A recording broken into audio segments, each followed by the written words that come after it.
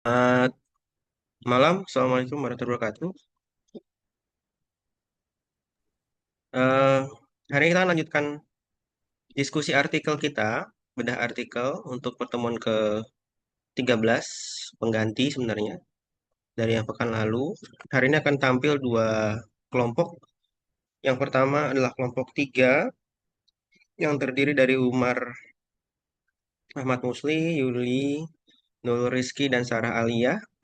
Dan juga nanti kelompok 4, eh, yang terdiri dari Alvita, Ainun Atira, Nindya Citra, dan Nabila. Gitu ya. Nah, masing-masing sama teknisnya.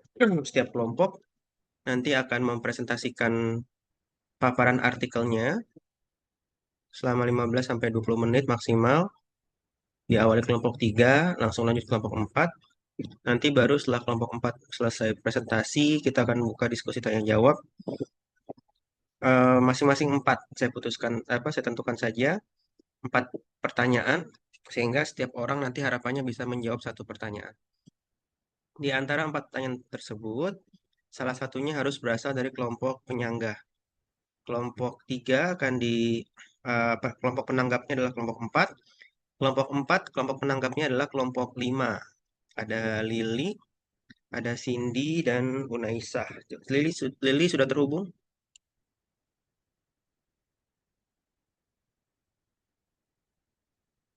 Belum. Cindy, sudah terhubung Cindy? Belum terdengar Cindy? Una, Cindy, tadi kayak kedip-kedip mau on mic. Belum kedengaran suaranya. Atau Una, sudah Hadir, terhubung? Pak. Hadir, Pak. Una hadir. Cindy, sudah terhubung tadi Cindy?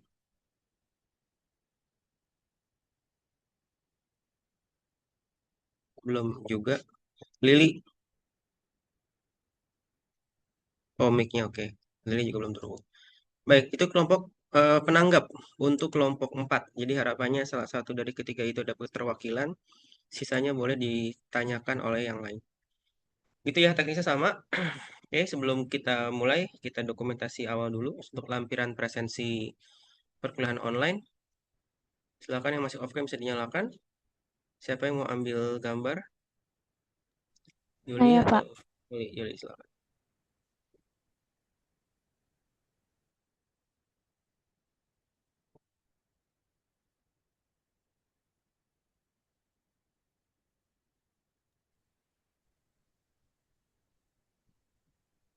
Eh, se- aku screenshot ya. Satu, dua, tiga. Sudah, Pak. Baik, terima kasih. Kalau itu saya persilahkan kelompok 3 ya untuk presentasi lebih dulu. Siapa yang mau share screen? Saya, Pak. Silakan, Dr. Rizky. Coba share screen.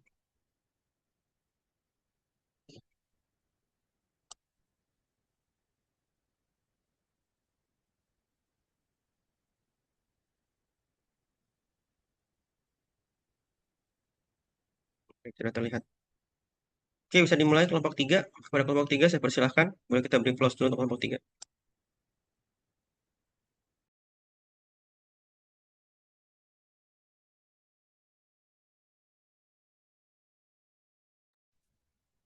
Assalamualaikum warahmatullahi wabarakatuh. Perkenalkan kami dari kelompok 3. Di sini kami ingin mempresentasikan mengenai review artikel dengan judul Dendrobium eruciforme, spesies baru dari section Microphytanthe asal Provinsi Papua Barat, Indonesia.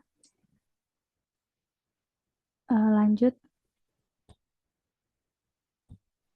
Di sini anggota kelompoknya ada saya sendiri, Yulindan Pratiwi, Nurul Rizky Andriani, Sarah Alia Kolbi, dan Kak Umar Ahmad Musli. Lanjut. Untuk identitas artikelnya sendiri, di sini kami mengambil judul artikel Dendrobium eruciforme Sidace, a new species of section Microphytanthe from West Papua Province, Indonesia. Penulisnya ada Andre Schuteman, Reza Saputra, Jimmy Frans Wanma, Laura Jennings, dan Charlie D. Hetebun. Artikel ini dipublikasikan dalam jurnal Q Bulletin pada tahun 2025, volume 80, halaman 745 sampai 750. Penelitian ini bertujuan untuk mendeskripsikan dan menetapkan Dendrobium eruciforme sebagai spesies baru berdasarkan karakteristik morfologinya. Lanjut. Untuk pendahuluannya di sini tuh Dendrobium merupakan genus anggrek terbesar kedua di Pulau New Guinea dengan sekitar 629 spesies yang terbagi ke dalam 21 section. Dalam taksonomi tumbuhan, section adalah kelompok spesies dalam satu genus yang memiliki karakteristik morfologi dan hubungan kekerabatan yang serupa. Salah satu section yang unik adalah Microphytanthe karena section ini merupakan satu-satunya section yang endemik di Pulau New Guinea. Anggota section ini dicirikan oleh ukuran tanaman yang sangat kecil, yaitu kurang dari 2 cm, rimpang menjalar, pseudobulb berdaun tunggal, bunga tunggal yang tahan lama, serta bibir bunga sederhana tanpa tonjolan memanjang. Sebelum penelitian ini juga hanya ditemukan 3 spesies yang diakui dalam section Microphytanthe, yaitu Dendrobium bulbophyllioides, Dendrobium numularia, dan Dendrobium margarete. Dalam survei lapangan di Pegunungan Arfak, Papua Barat, peneliti menemukan spesies baru yaitu Dendrobium yang berukuran sangat kecil yang menyerupai Dendrobium numularia. Namun setelah dibandingkan dengan deskripsi dan ilustrasi yang tersedia, ditemukan perbedaan morfologi yang signifikan sehingga spesimen tersebut dideskripsikan sebagai spesimen baru yaitu Dendrobium eruciforme yang menjadi spesies keempat dalam section Microphytanthe. Next, untuk metodologi penelitiannya itu, penelitian ini diawali dengan mengoleksi spesimen hidup di Pegunungan Arfak, Papua Barat. Selanjutnya, spesimen didokumentasikan melalui fotografi dan dilakukan pengamatan morfologi dengan memisahkan bagian-bagian bunga dan organ vegetatif untuk mengidentifikasi karakter taksonomi. Berdasarkan hasil pengamatan itu, peneliti menyusun deskripsi spesies dan membandingkannya dengan spesies yang telah diketahui sebelumnya, yaitu Dendrobium numularia. Selanjutnya, peneliti juga menggunakan standar akronim Herbarium Internasional berdasarkan Indeks Herbariorum untuk memastikan penamaan dan lokasi penyimpanan spesimen mengikuti standar yang berlaku secara global. Untuk metode utama yang digunakan adalah studi morfologi komparatif, yaitu membandingkan karakter spesimen yang ditemukan dengan deskripsi dan ilustrasi spesies yang telah diketahui sebelumnya, yaitu Dendrobium numularia. Selanjutnya akan dilanjutkan oleh rekan saya. Baik, untuk nomenklaturnya sendiri, spesies baru ini resmi diberi nama ilmiah Dendrobium eruciforme. Dimasukkan ke dalam section Microphytanthe, menjadikannya spesies keempat yang tercatat dalam section tersebut di seluruh dunia. Nama eruciforme ini diambil dari bahasa Latin yaitu eruca atau ulat dan formis atau berbentuk. Penamaan ini diberikan karena karakteristik rimpangnya yang tumbuh menjalar lurus dan menempel sangat ketat pada kulit pohon, sehingga penampakannya sekilas menyerupai ulat bulu yang sedang merayap. Di sebelah kiri ada peta titik ditemukannya spesies tersebut. Boleh di next.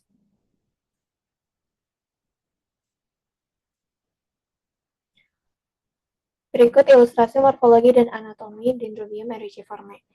Morfologi Dendrobium eruciforme menunjukkan habitus anggrek epifit mikro dengan rimpang menjalar horizontal yang dibungkus rapat oleh batang semu. Berdaun tunggal di mana daunnya tumbuh mendatar berselang-seling dengan permukaan berbintil dan ujung terbelah tumpul. Bunga spesies ini tumbuh tunggal dengan karakteristik ovarium yang dipenuhi rambut halus padat serta memiliki sepal dorsal bulat telur, sepal lateral segitiga miring, petal ramping, dan labellum atau bibir bunga dengan ujung membulat. Organ reproduksinya didukung oleh kaki kolom yang melengkung halus serta struktur kepala sari berukuran mikro di bawah 1 mm yang menyimpan 4 buah polinia berbentuk bir. Boleh di next.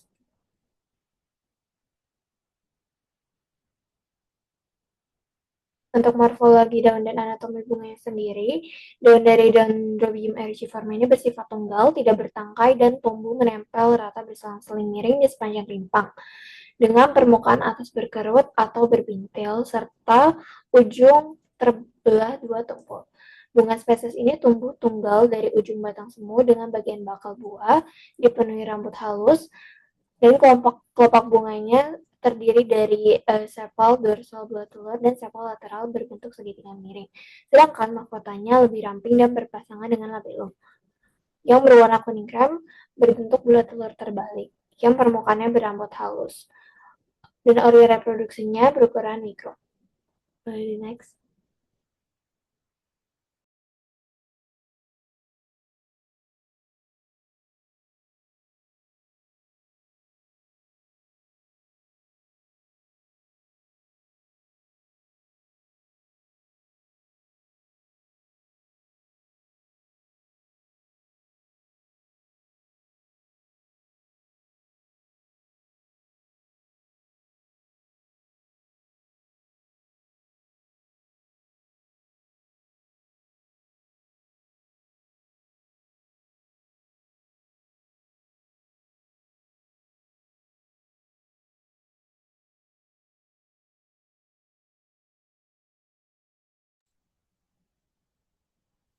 Selanjutnya yaitu ada status konservasi Dendrobium eruciforme. Dia termasuk ke dalam kategori terancam punah karena memiliki wilayah persebaran yang sangat terbatas, yaitu hanya ditemukan di Pegunungan Arfak, Papua Barat. Luas area persebarannya diperkirakan hanya sekitar 4-8 km dengan jumlah lokasi yang diketahui hanya 1-2 lokasi. Beberapa faktor yang menyebabkan spesies ini rentan terhadap ancaman yaitu yang pertama, persebarannya sangat sempit dan bersifat endemik. Habitatnya terancam oleh penebangan hutan dan alih fungsi lahan menjadi perkebunan atau lahan pertanian. Lokasi tumbuhnya berada dekat akses jalan sehingga lebih mudah dijangkau oleh kolektor tanaman dan juga spesies ini telah ditemukan diperjualbelikan secara daring sehingga berpotensi mengalami eksploitasi berlebihan.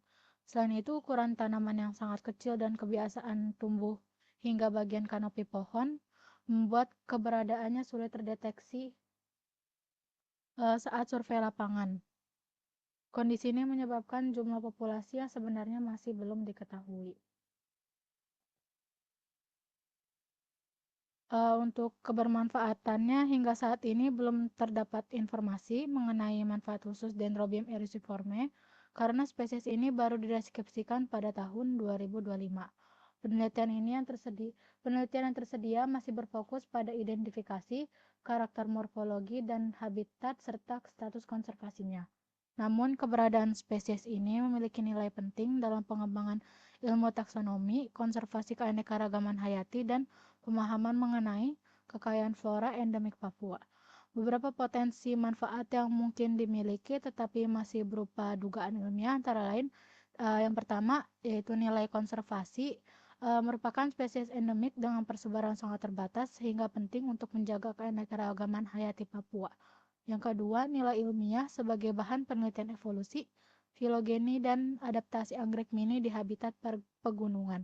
Yang ketiga yaitu nilai hortikultura karena anggrek mini memiliki daya tarik tinggi di kalangan kolektor tanaman hias dan juga potensi sumber plasma nutfah yang dapat dimanfaatkan dalam penelitian pemulihan atau konservasi anggrek di masa depan.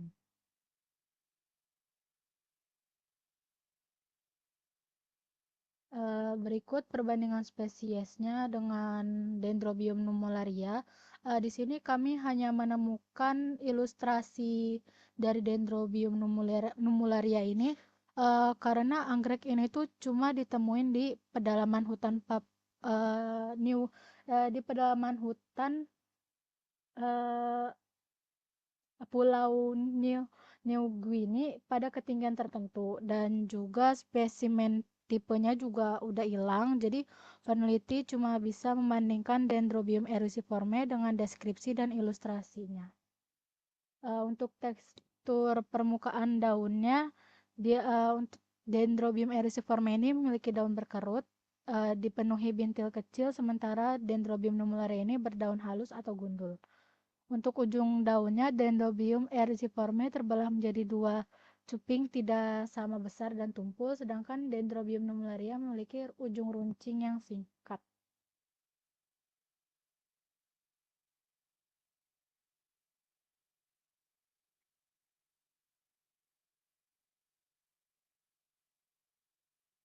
Boleh dilanjut oleh rekan saya.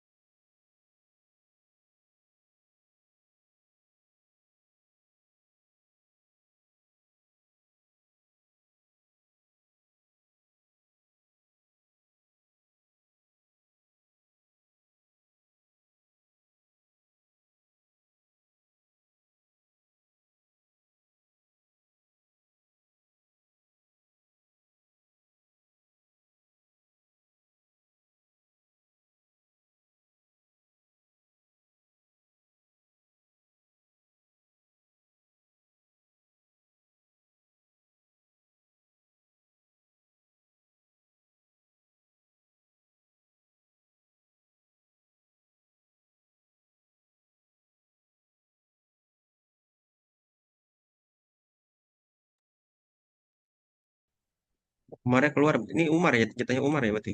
Iya, Pak. Dilanjut aja ya, Pak. Umarnya keluar kan nih? Baik, Kalau bisa di backup, backup aja nggak apa-apa. baik, Pak. Sambil dikontak ya.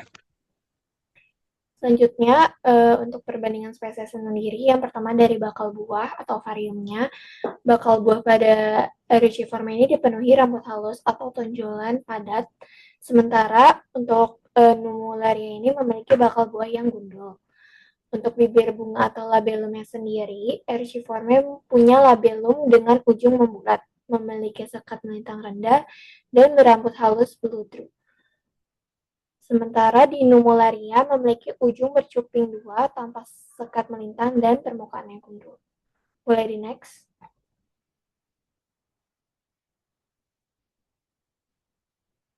Berikut kunci identifikasi spesies Dendrobium Taxiomicrophytanthe.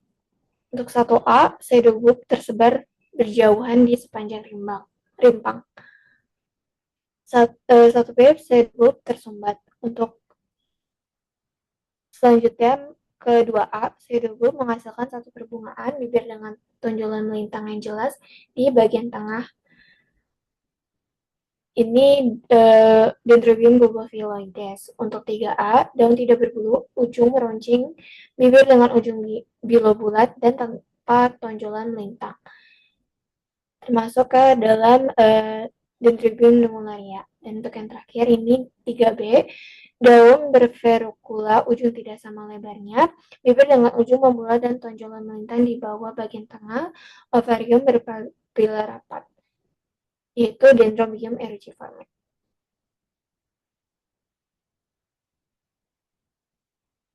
Untuk Kesimpulannya, kesimpulannya, terakhir, Dendrobium erythriforme merupakan spesies baru dalam seksi Microphytanthe yang ditemukan di Pegunungan Arfak, Papua Barat.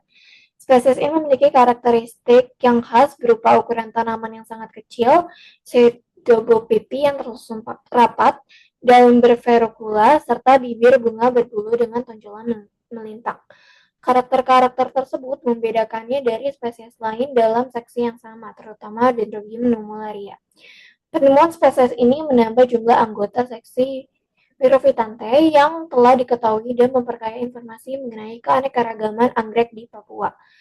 Selain memberikan deskripsi morfologi yang rinci, penelitian ini juga menunjukkan bahwa spesies tersebut memiliki persebaran yang sangat terbatas dan menghadapi berbagai ancaman terhadap habitatnya. Oleh karena itu, upaya konservasi dan pemantauan populasi perlu dilakukan untuk menjaga kelestarian Dendrobium erythriforme di habitat alaminya.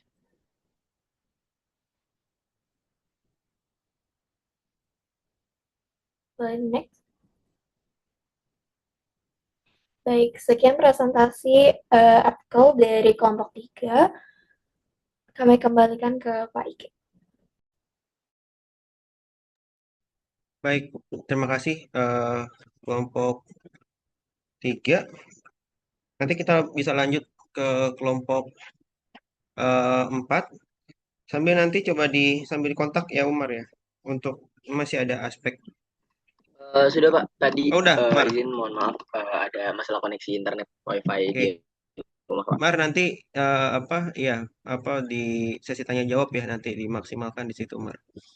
Eh, Siapa? kita lanjut ke kelompok 4. Sebelum kelompok 4, Yuli atau Nur Amelia ya. Mungkin Yuli kali yang lagi standby. Saya harus double device. Jadi nanti ini tetap saya harus apa? Mobile. Jadi saya join juga dari HP. Nanti mohon dipandu ya, Yul, untuk moderator ya. Jadi kelompok 4 maju, nanti buka sesi diskusi masing-masing 4 pertanyaan. Nanti di list ya. Takutnya saya sinyalnya hilang timbul. Jadi saya double device ya. Iya, Pak. Baik. eh saya persilakan kelompok 4 siapa yang mau share screen? Silakan.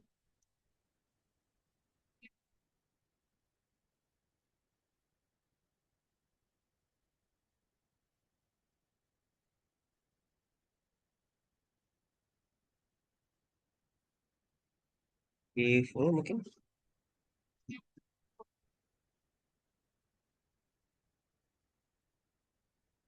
Ya. Oke, silakan kelompok 4. Saya persilakan. Kita beri plus dulu untuk kelompok 4.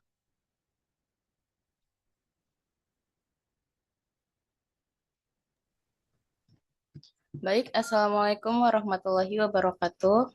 Selamat malam Pak Rizky dan teman-teman semua. Saat ini kami dari kelompok 4 akan melakukan presentasi dari review artikel dengan judul Contribution to the Orchid Flora of Kalimantan II, a New Bulbophyllum Section Macroaulia from Mount Bukit Raya, Indonesia. Ready next. Kelompok 4 ini terdiri dari saya sendiri, Nindya Citra Pramaswari, ada juga Nabila Wulandari, Ainun Atira, dan Alvita Ayu Kelisha. Ini adalah artikel yang kami gunakan dengan rincian identitas artikel di slide berikutnya. Untuk identitas artikel, judulnya seperti yang sudah saya sebutkan tadi, dengan penulis yaitu ada Yuda R. Yudhistira, Agusti Randi, Didin Jaharudin, dan Wendy A. Mustaqim. Artikel ini terbit di Jurnal Phytotaxa dari volume 700 nomor 3, halaman 250 hingga 256, tahun publikasi 2025. Next. Sebagai pendahuluan, Bulbophyllum ini merupakan salah satu genus tumbuhan yang paling beragam di dunia dengan estimasi sekitar 2.000 spesies yang tersebar secara global. Di antaranya itu, Pulau Borneo adalah salah satu pusat keragaman utama dengan hampir 300 spesies yang telah teridentifikasi secara resmi. Sehingga berbagai ekspedisi botani terus dilakukan untuk mengungkapkan kekayaan taksonomi anggrek di Kalimantan bagian Indonesia dari Borneo. Boleh di next. Selanjutnya di sini pada bulan Juli 2024, sebuah ekspedisi keanekaragaman hayati ini dilaksanakan di Gunung Bukit Raya. Nah, selama ekspedisi tersebut ditemukan satu spesimen yang diduga merupakan spesies baru dari genus Bulbophyllum, yaitu pada ketinggian sekitar 1.320 meter di atas permukaan laut.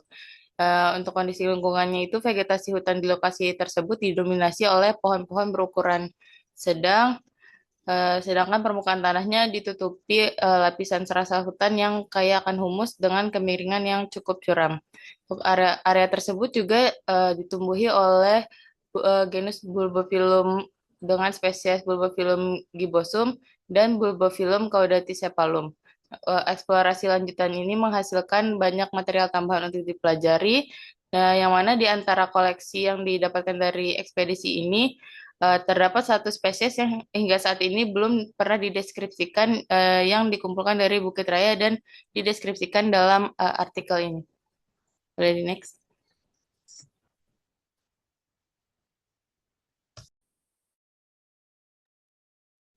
Baik, untuk selanjutnya itu metode penelitian yaitu koleksi spesimen. Waktu dan lokasinya yaitu koleksi spesimen dilakukan pada tanggal 7 Juli 2024 di sepanjang jalur menuju puncak Gunung Bukit Raya, Provinsi Kalimantan Barat, Kabupaten Sintang. Untuk habitat dan elevasinya yaitu ditemukan hidup sebagai epifit pada batang pohon berlumut di zona hutan pegunungan tengah atau mid-mountain forest dengan elevasi sekitar 1320 mdpl. Untuk repository holotype-nya itu yaitu material tumbuhan tipe idealnya diawetkan. Jadi spesimen acuannya itu berkode Yudhistira dan Mustaqim YRY064 disimpan dalam bentuk awetan basah atau spirit di Herbarium WAN atau Balai Penelitian Teknologi Konservasi Sumber Daya Alam Simpang.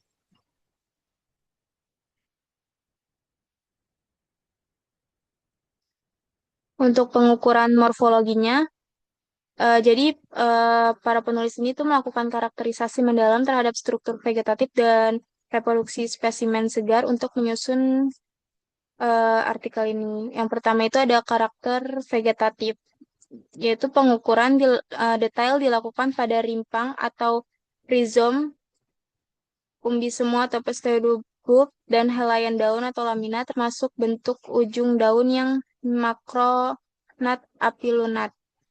Terus yang kedua itu ada karakter generatifnya yaitu pengamatan makro dan mikro difokuskan pada panjang tangkai perbungaan, diameter bunga saat mekar, bentuk sepal dorsal dan lateral, itu termasuk pola urat atau vein, ukuran kelopak bunga, serta organ reproduksi petal. Terus ada mikromorfologi permukaan, yaitu karakter pembeda halusnya itu diidentifikasi secara cermat seperti adanya tekstur berkerut kasar pada setengah bagian atau labellum, marginnya bunga itu berselia, dan keberadaan indumentum itu berupa rambut atau papillos muriculate pada ovarium.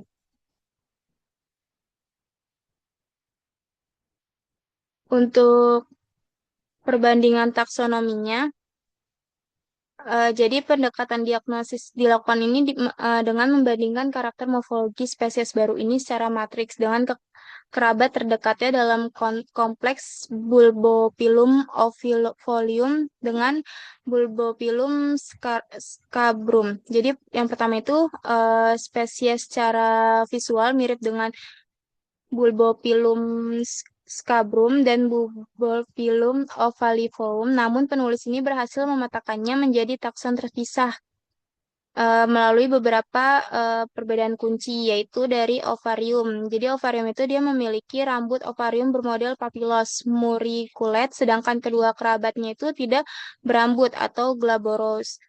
Terus yang kedua itu adalah labellum atau bibir, jadi memiliki bentuk menyerupai roket dengan indeks panjang lebar itu lebih besar atau 2,2 kali, dan permukaan atas itu berkerut kasar, kontras dengan Bulbopilum scabrum yang halus berindeks 1,4 sampai 1,7 kali. Poin terbesarnya ini berada tepat di tengah panjangnya, berbeda dari Bulbopilum scabrum yang berada di sepertiga atas. Terus ada inflorescence, yaitu rangkaian bunga tersusun secara racemose atau sekun racem per nodus. Jadi berbeda dengan Bulbopilum scabrum yang selalu tunggal dan konstan.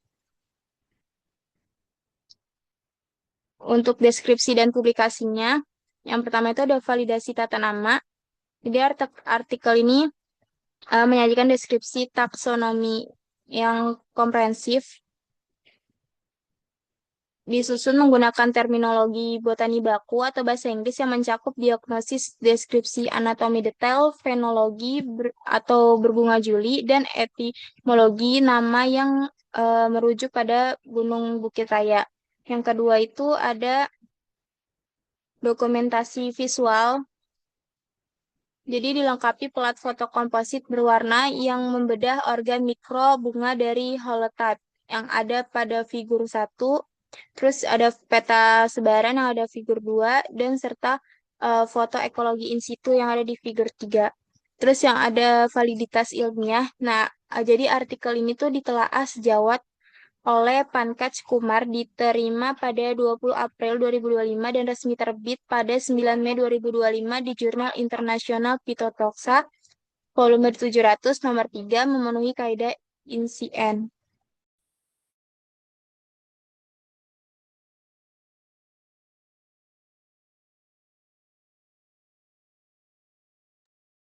Baik, selanjutnya saya akan menjelaskan mengenai morfologi bulbopilum bukitrians. Jadi pada gambar sudah terlihat yang gambar yang awal itu ada gambar tanaman utuh atau tanaman yang menunjukkan keseluruhan sistem hidup dari bulbopilum bukitrians. Di sana juga terlihat ada akar dengan lapisan filamen yang menyerap air atau uap yang fungsinya juga untuk menambatkan tanaman ke batang inang, dan juga terdapat daun tebal untuk fotosintesis sekaligus menyimpan air. Dan di sana juga terlihat batangnya itu memiliki pseudobulb yang berfungsi sebagai penyimpanan cadangan air dan makanan. Selanjutnya pada gambar B itu berupa bunga lengkap dalam posisi lateral yang menunjukkan sumbu perbungaan atau bunga pada tangkai, memperlihatkan fungsi tangkai atau peduncle sebagai penyangga yang memposisikan bunga agar mudah diakses penyerbuk. Lalu pada huruf R itu ada perkataan bunga yang mana fungsinya untuk memperlihatkan susunan nodus. Di huruf C itu gambarnya itu terlihat dari bunga tampak depan, sedangkan untuk yang D itu bunga yang menampilkan sepal dorsal dan juga lateral, dan yang terakhir itu ada bunga tampak samping. Boleh di next.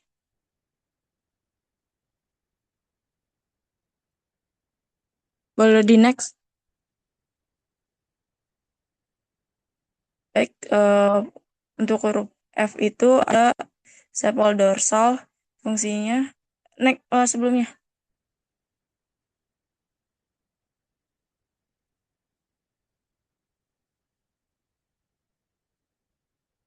Baik, selanjutnya itu di huruf F itu gambar itu berupa gambar sepal dorsal, fungsinya itu sebagai pelindung tutup sekaligus organ penarik.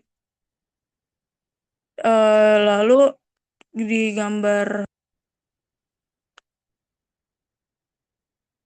selanjutnya itu ada gambar petal yang fungsinya itu sebagai sinyal visual tambahan dan pemandu arah menuju pusat bunga. Selanjutnya di gambar I, J, K, L, M itu semuanya merupakan kolom dari bulbopilum bukitrians, yang mana di gambar itu kolom dalam segi lateral, lalu yang J itu dalam bawah, K itu bentuknya dari atas, L itu bentuk kolom dan juga labellum, dan M itu bentuk sudut. Fungsi kolom itu untuk organ reproduksi inti anggrek. Selanjutnya untuk gambar OPQ itu merupakan gambar labellum, yang mana O itu adalah gambar dari atas, P itu dari bawah, sedangkan Q itu gambar dari samping. Labellum sendiri berfungsi sebagai landasan pendaratan penyerbuk. Dan yang terakhir itu ada polinia. Polinia itu fungsinya sebagai transfer serbuk sari yang efisien. Boleh di next.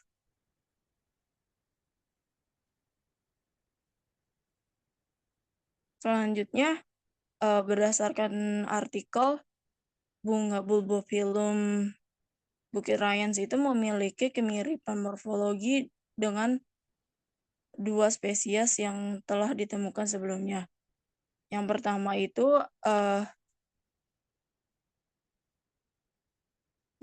itu ada spesies Bulbopilum scabrum dan juga ada Bulbopilum ovalivolum. Perbedaan utamanya itu dari bagian bunga, yang mana lebarnya itu berbeda, rambut pada ovarium, bentuk dan ukuran sepal, petal, serta juga labellum. Jadi pada bulbopilum bukitriens itu secara umum morfologinya itu memiliki lebar sepal lateral berkisar 1 sampai 1,5 cm. Ini lebih besar dibandingkan dengan bulbopilum scabrum yang hanya 0,6 sampai 1 cm. Tetapi masih berada dalam rentang bulbopilum ovalium yang memiliki variasi lebih luas yaitu 0,7 sampai 2 cm. Perbedaan lainnya itu terlihat pada rambut ovarium. Pada bukitriens itu rambut ovariumnya itu bersifat papilosa muriclat, sedangkan untuk bulbopilum scabrum dan bulbopilum ovalium itu sama-sama memiliki ovarium gundul. Ciri ini menjadi salah satu pembeda yang penting karena hanya ditemukan pada bulbopilum bukitriens. Boleh di next. Selanjutnya akan dijelaskan oleh teman saya.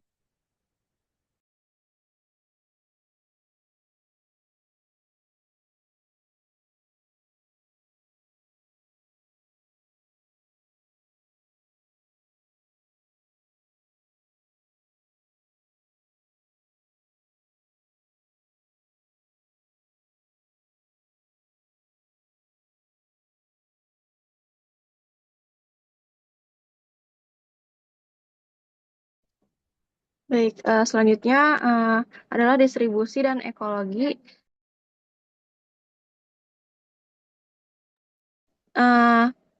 Pada spesies yang ditemukan itu hingga saat ini hanya diketahui dari lokasi tipe yaitu Taman Nasional Bukit Raya. Untuk lintasannya itu menuju puncak Gunung Bukit Raya itu di Kalimantan Barat dengan titik koordinat yang tercantum pada ketinggian 1320 mdpl. Kemudian untuk tumbuhnya itu berupa epifit pada batang pohon berlumut di lereng hutan mid-mountain dekat kawasan puncak. Kemudian untuk vegetasi habitatnya itu didominasi oleh pohon yang berukuran sedang dengan lantai hutan curam. Jadi kayak humus yang juga ditumbuhi oleh Bulbopilum gibbosum dan Bulbopilum caudati cephalum. Nah, untuk fenologinya berbunga yang diamati itu pada bulan Juli oleh sang penulis, tetapi untuk pembuahannya itu belum diketahui. Boleh di next.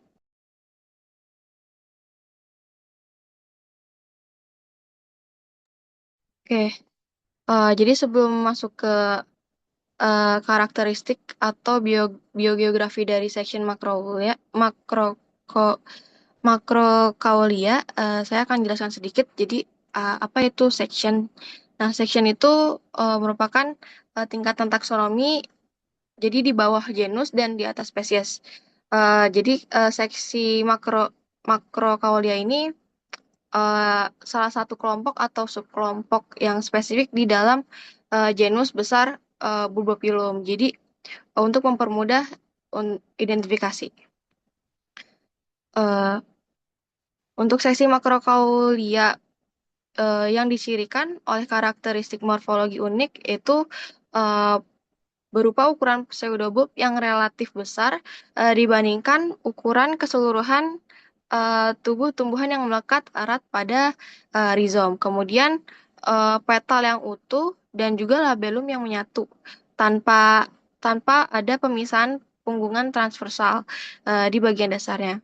Kemudian untuk biogeografi seksi Macrocaulia ini tuh menunjukkan keunikan pola yang distribusi di kawasan Sundaland. Jadi kalau di Kalimantan itu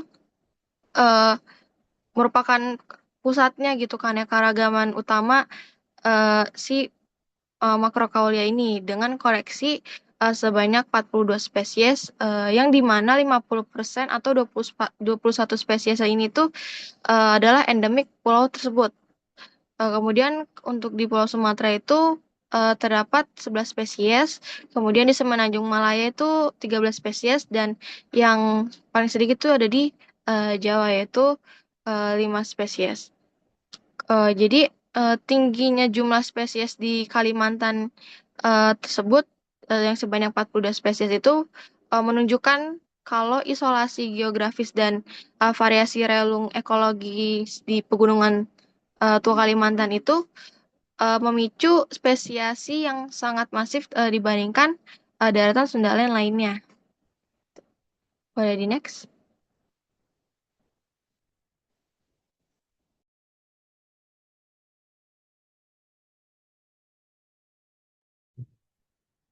Baik, selanjutnya untuk kesimpulan. Jadi kesimpulan dari artikel ilmiah ini, penemuan spesies anggrek epifit baru yang endemik di Kalimantan Barat yaitu Bulbopilum bukitrayense, Yudhistira, dan Mustaqim sp. Nov yang ditemukan pada elevasi 1320 mdpl di zona hutan pegunungan tengah Gunung Bukit Raya, Taman Nasional Bukit Baka Bukit Raya.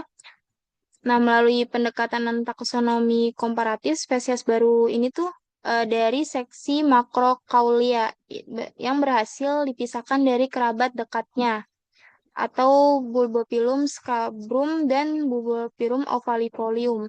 Berdasarkan karakteristik unik berupa labellum berbentuk roket dengan permukaan atas berkerut kasar, indeks panjang sampai hingga lebar, labellum mencapai 2,2 kali, perbungan yang tersusun dalam tadan sara, serta ovarium yang tertutup rambut papillus muriculate. Nah, penemuan yang resmi dipublikasikan pada Mei 2025 ini di jurnal Phytotaxa tidak hanya menambah kekayaan flora Borneo menjadi 43 spesies dalam seksi Macrocaulia, tetapi juga menegaskan krusialnya eksplorasi botani lanjutan di kawasan konservasi Indonesia untuk mengungkap keanekaragaman hayati yang belum terdokumentasi.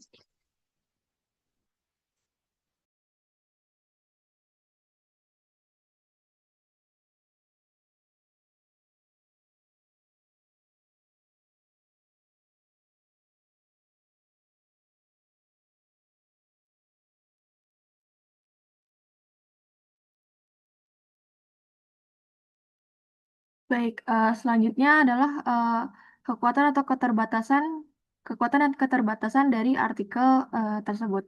Yang pertama itu ada kekuatan dari artikel tersebut itu adalah deskripsi morfologinya yang sangat lengkap dan terukur. Kemudian penelitian lapangannya itu langsung di habitat asli dengan dokumentasi yang lengkap. Kemudian yang ketiga itu terdapat tabel perbandingan karakter yang sistematik dan mudah untuk diverifikasi. Kemudian yang terakhir itu artikel ini merupakan seri penelitian yang berkelanjutan gitu. Jadi sebelumnya ada ya Kalimantan dari artikel Kalimantan 1 dan Kalimantan 2. Kemudian untuk keterbatasannya yang pertama itu eh, pada artikel ini fokusnya itu hanya pada deskripsi taksonomi tanpa adanya analisis genetik eh, yang mungkin bisa memperkuat status spesies baru gitu. Kemudian yang kedua itu tidak adanya analisis filogenetik molekuler. Kemudian untuk status konservasi atau UCN itu masih belum dievaluasi. Dan yang terakhir untuk ekologi polinasi itu sama sekali belum diteliti pada artikel ini.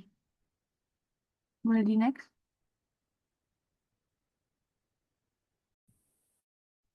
Ya, untuk saran eh, untuk artikel ini ya, yang pertama itu penelitian lanjutan dengan pendekatan molekuler untuk memperkuat taksonomi dan hubungan filogenetik. Kemudian dapat memperluas survei distribusi eh, untuk kawasan pegunungan di sekitar Bukit Raya dan wilayah Kalimantan Tengah yang ketinggiannya itu serupa untuk mengetahui sebaran aktual spesies.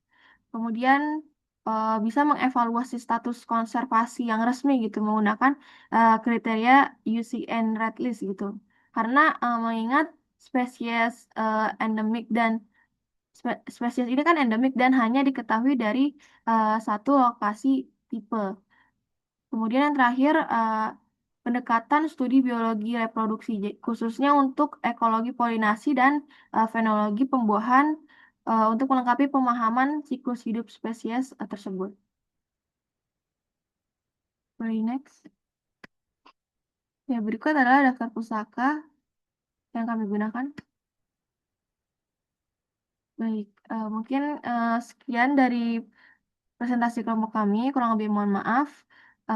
Terima kasih, saya serahkan ke moderator.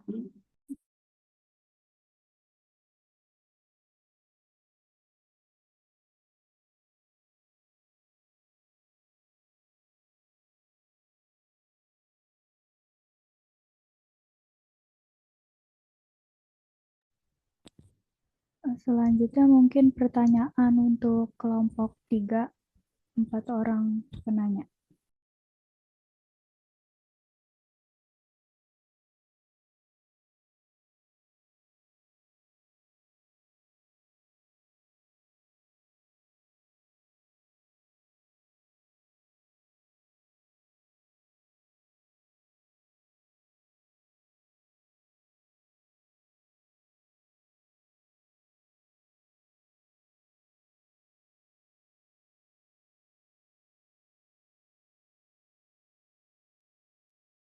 Halo, suara saya terdengar?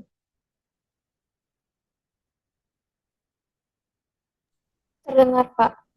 Dengar ya? Oke. Oh, ini lagi tanya jawab ya? Maaf.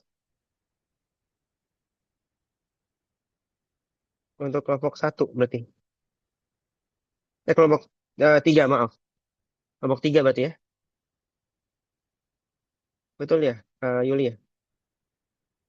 Iya Pak, ini pertanyaan untuk kelompok 3. Baik, oke. Silakan. Boleh lanjut lagi, Yuli. Ini kayaknya masih tersendat sinyalnya. Ini ada 2 nih sudah. Coba dilanjut ya. Nanti saya coba join, saya coba cari sinyal yang bagus ketika sudah selesai diskusi. Ada ya.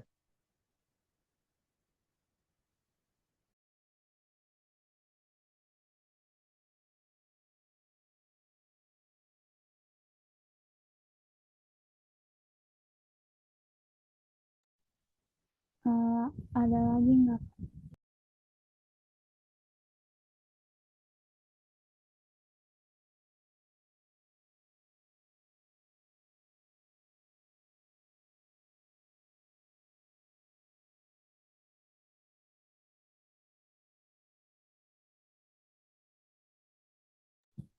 Ini ada lagi nggak yang ingin bertanya?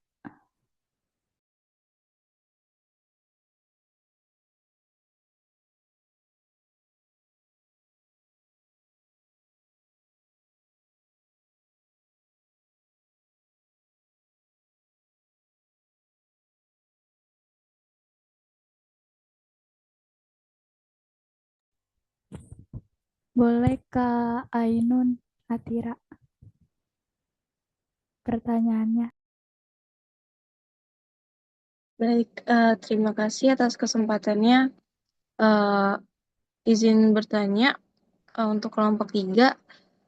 Tadi kan disebutkan ya kalau Dendrobium eruciforme itu adalah salah satu spesies Dendrobium terkecil ya. Nah, apakah dari ukuran tubuhnya yang kecil itu uh, merupakan bentuk adaptasi khusus terhadap habitat habitat hutan pegunungan berlumut, ataukah ada alasan lain? Apakah cukup jelas? Jelas Kak, terima kasih. Oke. Selanjutnya Kak Nabila. Baik, terima kasih. Saya Nabila, izin bertanya. Menurut kalian tadi kan berdasarkan kriteria IUCN, spesies yang tadi kalian presentasiin itu kan diklasifikasikan secara profesional sebagai terancam punah ya. Nah, menurut kalian ancaman utama apa saja yang mengancam kelestarian Dendrobium eruciforme di habitat aslinya? Terima kasih.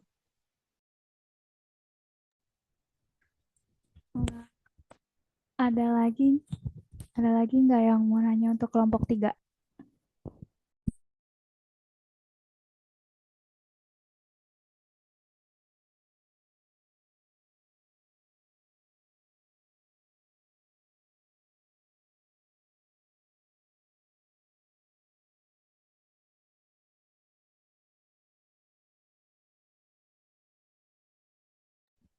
Mungkin dilanjut untuk pertanyaan kelompok 4.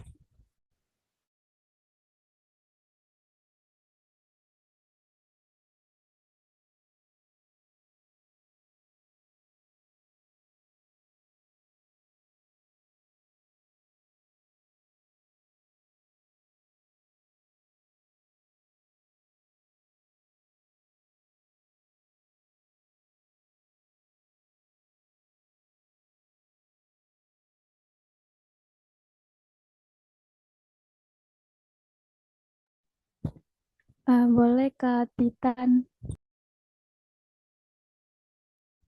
Baik, terima kasih kesempatannya. Saya Titan Mala, izin bertanya kepada kelompok 4. Menurut kalian, mengapa eksplorasi di daerah pegunungan seperti Bukit Raya di Kalimantan itu masih berpotensi untuk menghasilkan spesies baru? Terima kasih.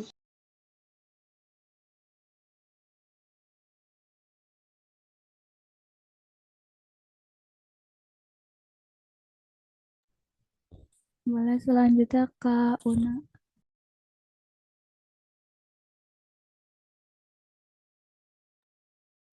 Ya, terima kasih untuk kesempatannya.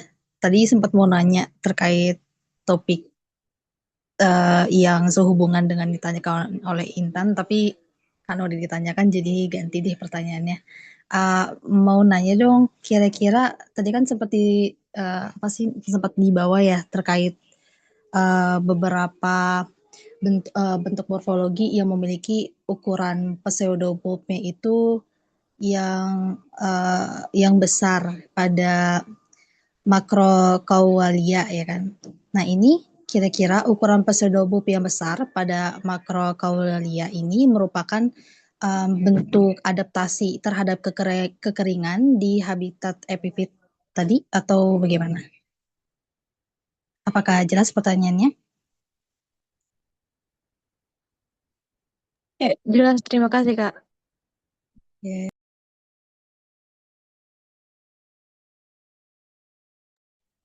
Selanjutnya boleh Kak Fauzia. Oke, terima kasih sebelumnya untuk kelompok 4. Saya mungkin izin bertanya. Jadi tadi untuk identifikasi spesies baru ini kan hanya berdasarkan karakter morfologi ya. Jadi pertanyaannya itu apakah ada kemungkinan bahwa uh, sebagian karakter morfologinya itu yang digunakan sebagai pembeda spesies baru ini dipengaruhi oleh kondisi lingkungan gitu. Jadi bukan semata-mata karena perbedaan genetik. Terus kalau misalkan kemungkinan tersebut ada, gimana sih peneliti itu bisa memastikan bahwa karakter yang dia amati itu benar-benar mencerminkan perbedaan taksonomi di tingkat spesies, bukan cuman variasi fenotip di dalam satu spesies yang sama gitu. Apakah jelas pertanyaannya? Jelas, wow, makasih.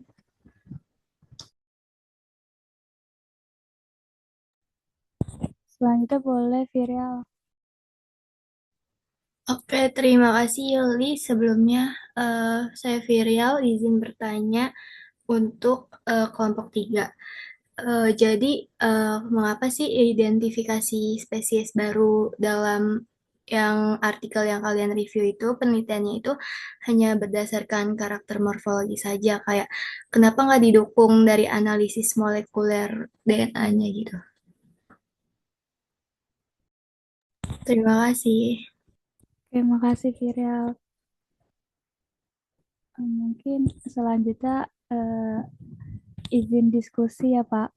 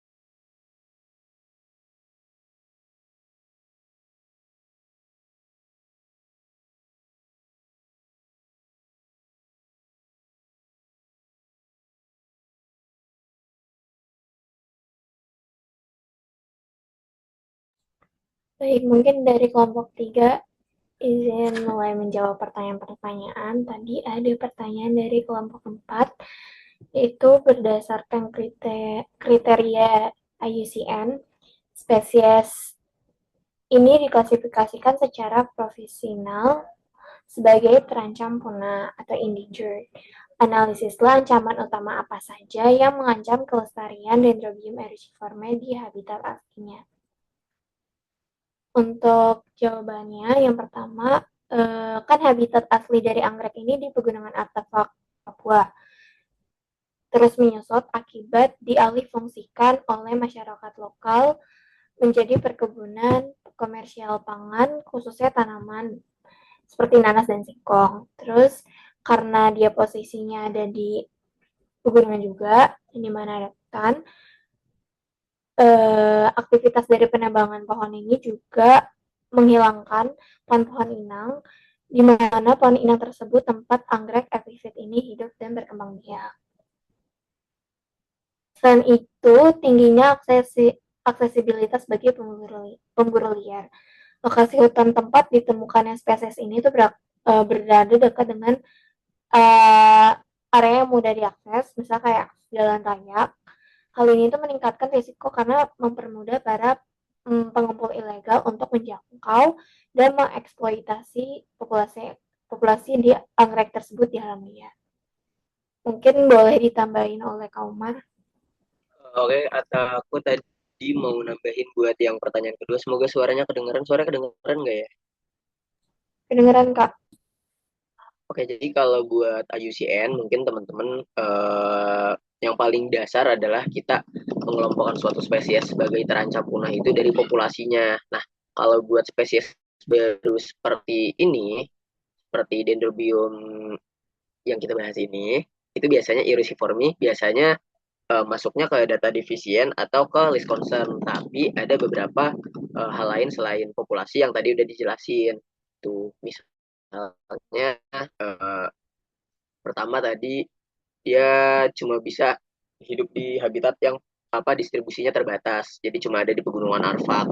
Terus kayak tadi yang udah dijelasin sama Sarah, dia ada masalah risiko perburuan dan terakhir dia itu juga belum banyak diketahui buat spesiesnya, makanya itu digolongkan sebagai terancam punah walaupun populasinya kita belum tahu, mungkin aja ada banyak gitu, tapi tetap dianggap terancam punah. Mungkin segitu aja tambahannya.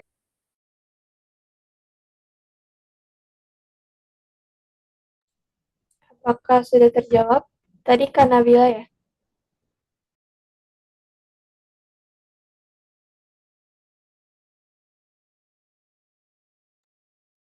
Iya, sudah. Terima kasih. Selanjutnya, aku ingin menjawab pertanyaan Virial tadi, kenapa identifikasi spesiesnya itu baru berdasarkan morfologi aja tanpa didukung analisis molekuler. Nah, kan yang kita tahu ini tuh spesies Dendrobium eruciforme itu baru dideskripsikan tuh pada tahun 2025 ya, jadi masih baru. Terus juga untuk menggunakan karakteristik morfologi itu antara Dendrobium eruciforme sama yang paling mirip itu Dendrobium nummularia itu udah terdapat perbedaan yang kelihatan gitu kayak dari tekstur daun, bentuk ujung daun, kondisi ovarium, serta struktur labellum. Dalam taksonomi tumbuhan, karakteristik morfologi itu masih merupakan dasar yang sah untuk mendeskripsikan spesies baru. Mungkin untuk penelitian berikutnya itu perlu molekuler dan DNA ya analisisnya. Apakah terjawab, Virial? Oke, terjawab Yuli. Terima kasih. Sama-sama. Aku izin jawab yang pertanyaan ke Atira yang Dendrobium eruciforme itu kan salah satu spesies Dendrobium terkecil yang diketahui. Apakah ukuran tubuh yang sangat kecil ini merupakan bentuk adaptasi khusus terhadap habitat hutan pegunungan berlumut? Kemungkinan iya.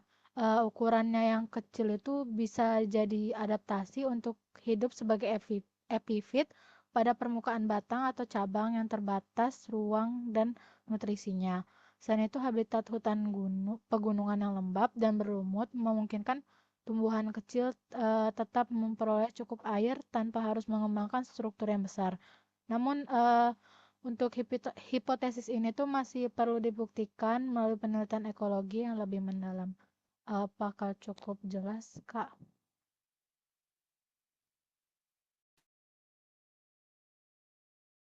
Sudah terjawab, terima kasih.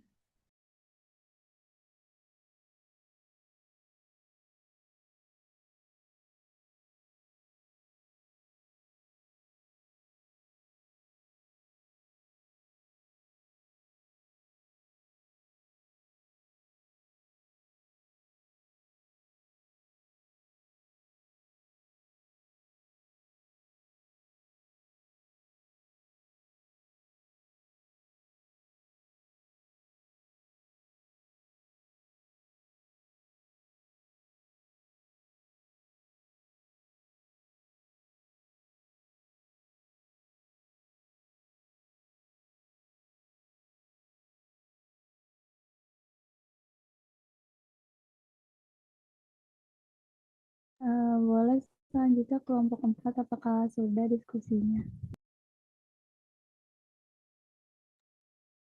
Sudah. Aku izin jawab pertanyaan dari Titan. Tadi kan Titan nanyanya mengapa daerah pegunungan seperti Gunung Bukit Raya itu masih terus menghasilkan spesies baru gitu ya. Jadi ada 3 alasan utama yang membuat wilayah ini tuh terus menghasilkan spesies baru bagi keanekaragaman hayati gitu.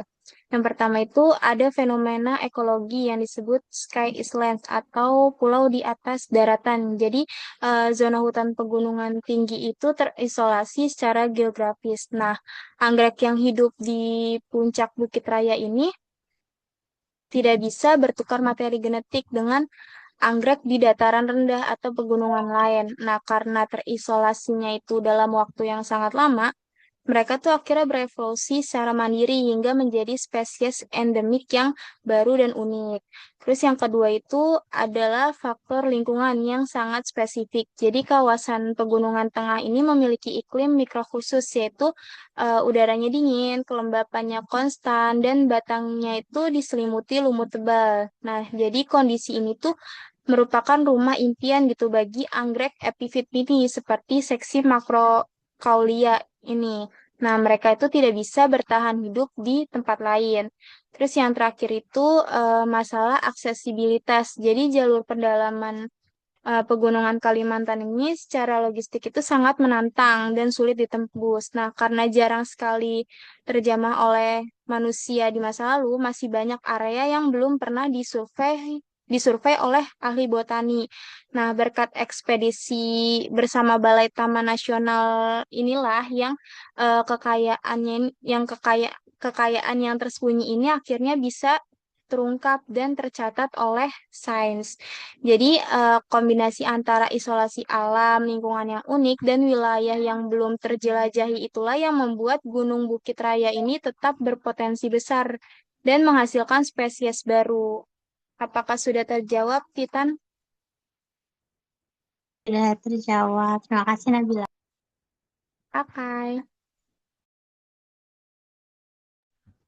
Baik, selanjutnya saya izin menjawab pertanyaan dari Fauzia, yaitu apakah ada kemungkinan bahwa karakter morfologi yang digunakan sebagai pembeda itu dapat dipengaruhi oleh kondisi lingkungan. Jadi menurut saya jawabannya itu ada ya kemungkinannya karena beberapa karakter morfologi tumbuhan ini bisa dipengaruhi lingkungan atau disebutnya itu plastisitas fenotip itu kemampuan suatu genotip menghasilkan fenotip yang berbeda pada lingkungan yang berbeda. Misalnya seperti faktor lingkungan seperti ketinggian, intensitas cahaya, kelembapan, suhu dan lain-lain itu bisa memengaruhi ukuran organ, warna, ketebalan daun dan bentuk pertumbuhan dari spesies ini.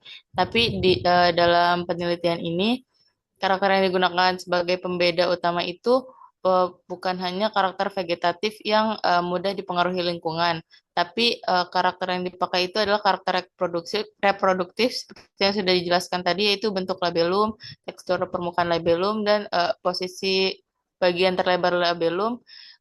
Yang mana karakter reproduktif pada anggrek itu umumnya dianggap lebih konservatif secara evolusioner dan lebih stabil dibandingkan karakter vegetatif karena berkaitan langsung dengan mekanisme penyerbukan dan keberhasilan reproduksi. Jadi karakter tersebut itu lebih sering digunakan dalam penentuan spesies. Mungkin Alvita ada yang mau ditambahin? Baik, izin menambahkan kalau kita lihat dari morfologi aja tuh mungkin belum bisa menyingkirkan kemungkinan bahwa terdapat perbedaan yang diamati baik dari variasi fenotiп dalam satu spesies. Nah, untuk memastikan bahwa karakter tersebut benar-benar mencerminkan perbedaan taksonomi pada tingkat spesies, itu ada beberapa pendekatan yang dapat dilakukan. Yang pertama itu kita bisa membandingkan banyak individu dari berbagai populasi. Misalnya nih, karakter pembeda itu selalu muncul secara konsisten pada semua individu yang diamati. Maka kemungkinan besar karakter tersebut itu bersifat genetik. Kalau karakternya berubah-ubah mengikuti kondisi lingkungan, kemungkinan itu merupakan plastisitas fenotip. Yang kedua itu kita bisa melakukan analisis morfometrik kuantitatif, yaitu dengan cara mengukur banyak individu dari spesies baru dan spesies kerabat. Yang ketiga itu kita bisa melakukan penanaman dalam kondisi yang sama. Individu dari habitat yang berbeda ditanam pada lingkungan yang identik. Jika perbedaan morfologi tetap muncul, maka perbedaan tersebut kemungkinan dikendalikan oleh faktor genetik. Dan yang terakhir, kita bisa menggunakan analisis molekuler atau filogenetik DNA. Dengan cara kita membandingkan sekuen DNA spesies yang baru dengan spesies yang paling mirip. Yang tadi sudah saya jelaskan itu ada Bulbophyllum scabrum dan juga Bulbophyllum ovalifolim. Jadi kalau terbentuk klat yang berbeda secara genetik, maka status sebagai spesies barunya menjadi lebih kuat. Gitu aja sih.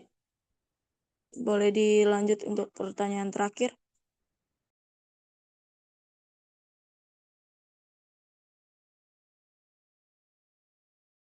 Baik, izin jawab untuk pertanyaan dari Kauna itu tadi tentang ukuran pseudobulb pada section makrokaulia itu kan berbentuk besar ya. Apakah itu merupakan adaptasi terhadap kekeringan atau bukan gitu? Nah, jawabannya itu ia merupakan bentuk adaptasi terhadap kekeringan.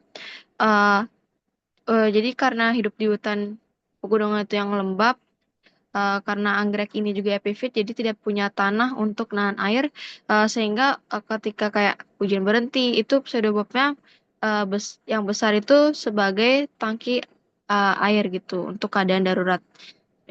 Kemudian selain itu ada juga alasan adaptasi lainnya selain kekeringan gitu. Yang pertama itu ada pengganti fungsi daun. Jadi daun pada section mikrokaulia ini tuh kan sangat kecil ya untuk ngurangin penguapan angin gitu. Karena daunnya si section makrokaulia ini tuh tidak bisa nyimpan makanan atau fungsi penyimpan makanan gitu. Jadi fungsinya terhadap uh, daun ini sebagai penyimpanan makanan di pseudobulb. Kemudian fungsi adaptasi lain itu juga sebagai tabungan nutrisi. Jadi nyimpen cadangan makanan gitu untuk fluktuatif di hutan lumut sebagai untuk modal perbungaan.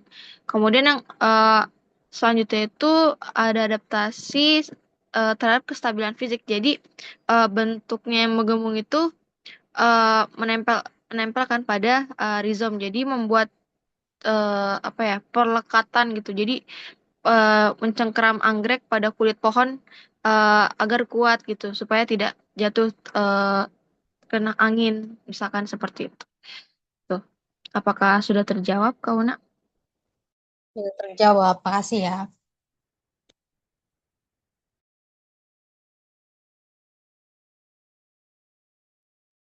Halo, suara saya terdengar nggak? Terdengar, Pak. Dengar, Pak. Dengar ya? Mohon maaf tadi saya terlempar sepertinya. Jadi saya baru jalan lagi. Ini sudah di tahap apa, Juli? Mohon maaf. Ini sudah diskusi, Pak. Sudah selesai. Sudah semua? Ya, Pak, sudah semua. Oh, sudah semua. Baik. Oke, nanti saya coba lihat recordnya aja. eh Apa ya? Ya, mohon maaf saya tadi nggak bisa mengikuti diskusi. Saya juga mohon maaf harus off cam. Saya nanggapi sedikit mungkin tadi dari hasil pemaparan eh, dua kelompok hari ini. Nanti kalau agak terputus atau ini bisa tulis di chat atau ini ya. Mudah-mudahan nggak terputus. Jadi dua kelompok ini, baik kelompok 3 atau kelompok 4 itu berbicara tentang penemuan spesies. Seperti yang sudah saya duga di pertemuan kemarin. Bahwa biasanya ada beberapa kasus memang yang membahasnya tentang penemuan spesies baru.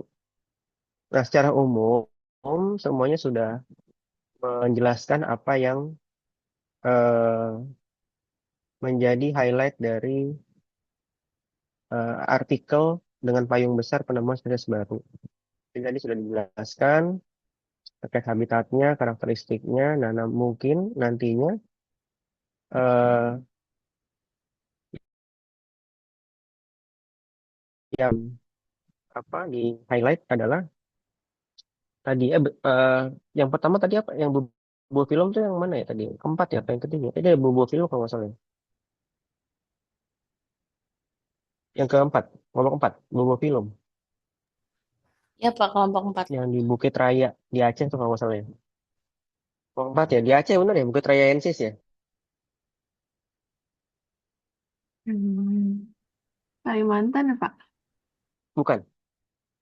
Kalimantan ya, Bukit Raya Ensis tuh Kalimantan ya.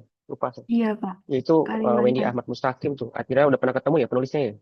Udah ngajak foto nggak? Oh nggak ngajak foto ya. Penulisnya udah ketemu tuh Atira tuh tadi Wendy Ahmad Mustaqim. Kebetulan adik kelas saya juga waktu di UI. Nah itu sama.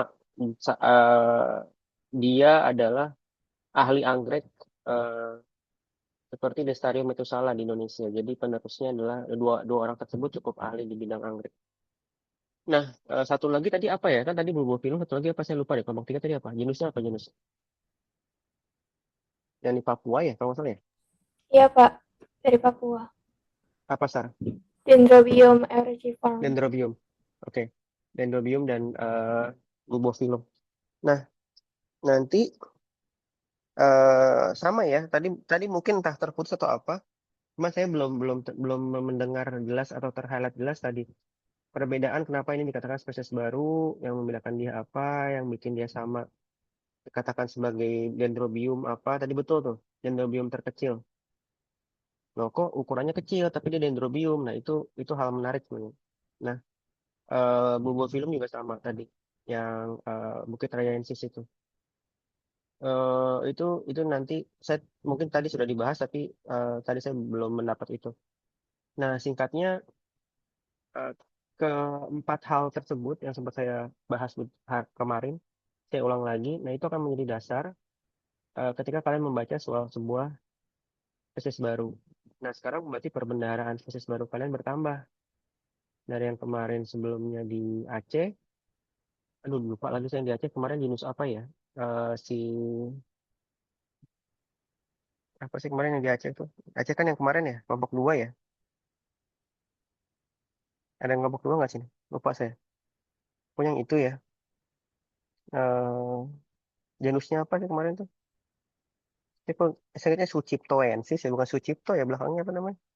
Chilocista, Pak. Genusnya. Filosista apa belakangnya? Sorry, Filosista apa? Mantoi. Nah, siapa? Chilocista chiasmantoi, Pak.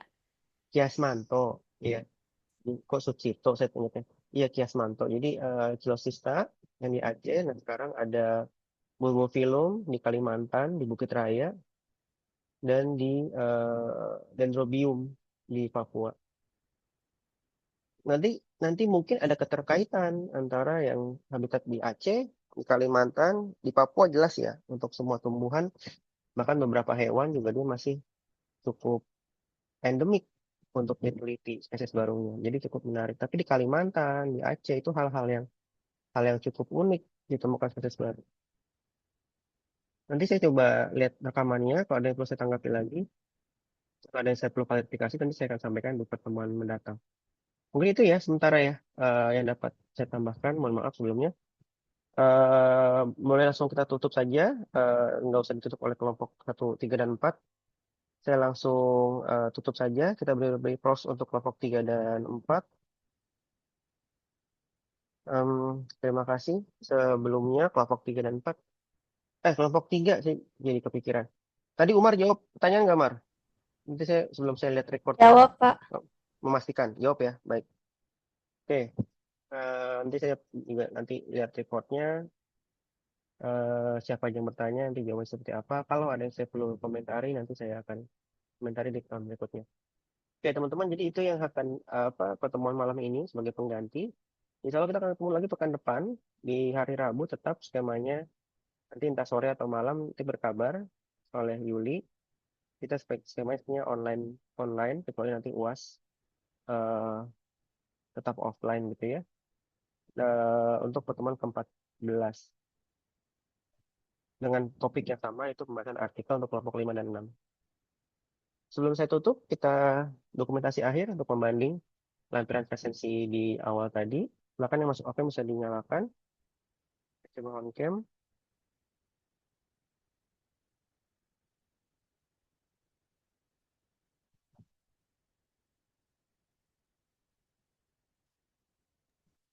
Baik, saya izin screenshot untuk absensi pembanding.